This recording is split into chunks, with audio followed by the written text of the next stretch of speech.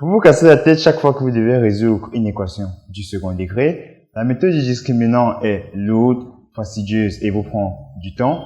abschool.org aujourd'hui vous présente une méthode plus efficace, plus courte pour certaines équations qui vous facilitera beaucoup la tâche.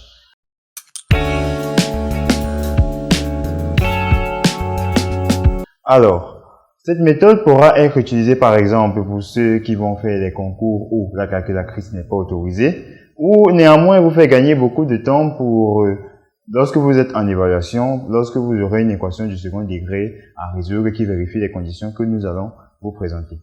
Alors, soit à résoudre l'équation ax carré plus bx plus c égale à 0.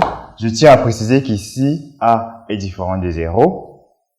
Premièrement, si a plus b plus c égale à 0, alors les solutions sont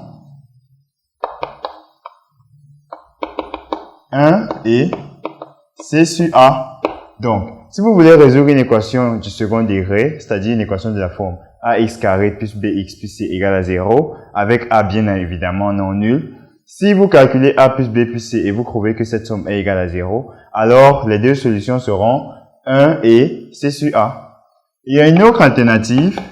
Si vous avez plutôt a moins b plus c égale à 0, alors les solutions seront moins 1 et moins c sur a. Donc, vous pouvez calculer a moins b plus c et vous trouvez que cette somme donne 0. Vous conclurez que les solutions sont moins 1 et moins c sur a. Par exemple, résolvons l'équation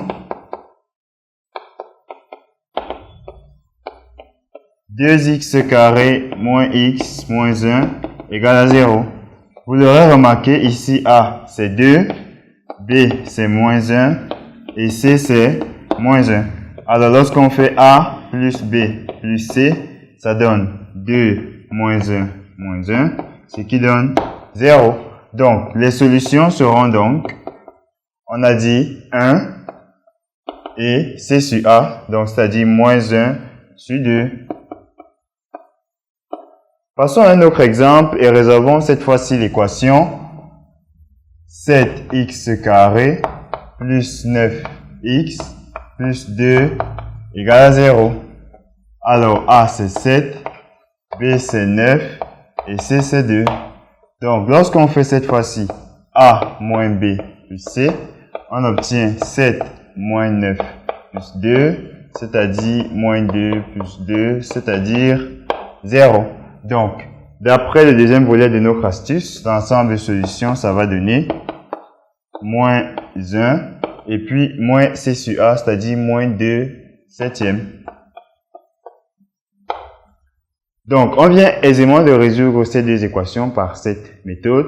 Je tiens tout de même à signaler à souligner que cette méthode n'est efficace ou alors n'est possible que lorsqu'on a certaines conditions vérifiées. Elle ne peut donc être utilisée pour toutes sortes d'équations du second degré.